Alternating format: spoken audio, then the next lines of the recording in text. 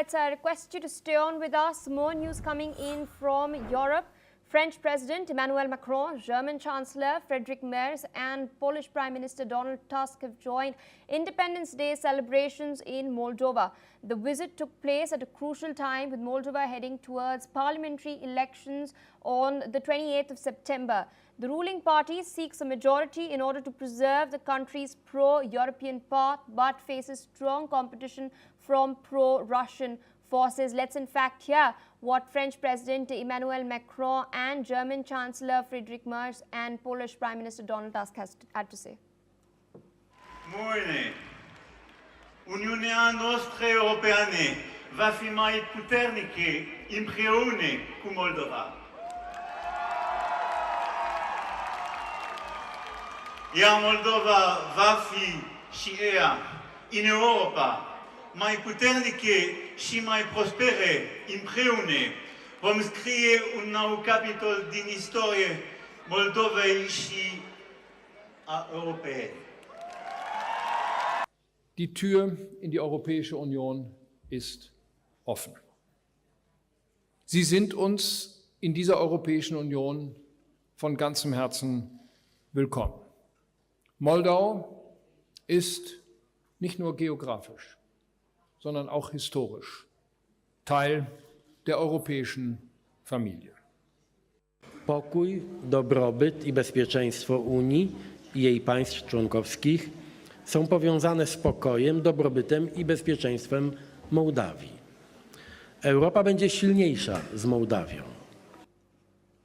All right, viewers, you've heard what the European leaders have had to say. Meanwhile, still with us on the broadcast is Major General Gigi Dwivedi. This is a very interesting development because Moldova is currently on the path to EU membership. It applied in 2022. It was granted candidate status as well. We do know Moldova is a former Soviet republic as well. So how do you think this will now impact the already fragile EU-Russia equation? Well, Pia, first and foremost, Moldova is the front-end state. Rightly so, it was part of Soviet Union. But after it got independence for 34 years back, so it's an independent state. It faces I would say, hybrid threat from Russia, both in terms of territorial integrity. Part of it has already been, taken, I would say, already been annexed by Russia, and it faces a territorial integrity or sovereignty threat.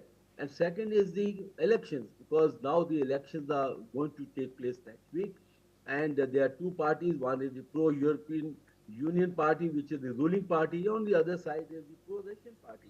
And it is apparent that Russia is trying to influence these elections so that they have the government, which is pro-Russia.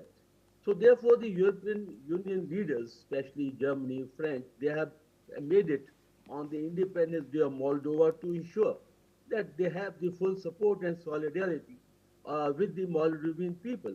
Now, this is a very tense and a peculiar moment, because if the elections go in favor of Russia, then you will see that Moldova willingly will come in the Russian influence.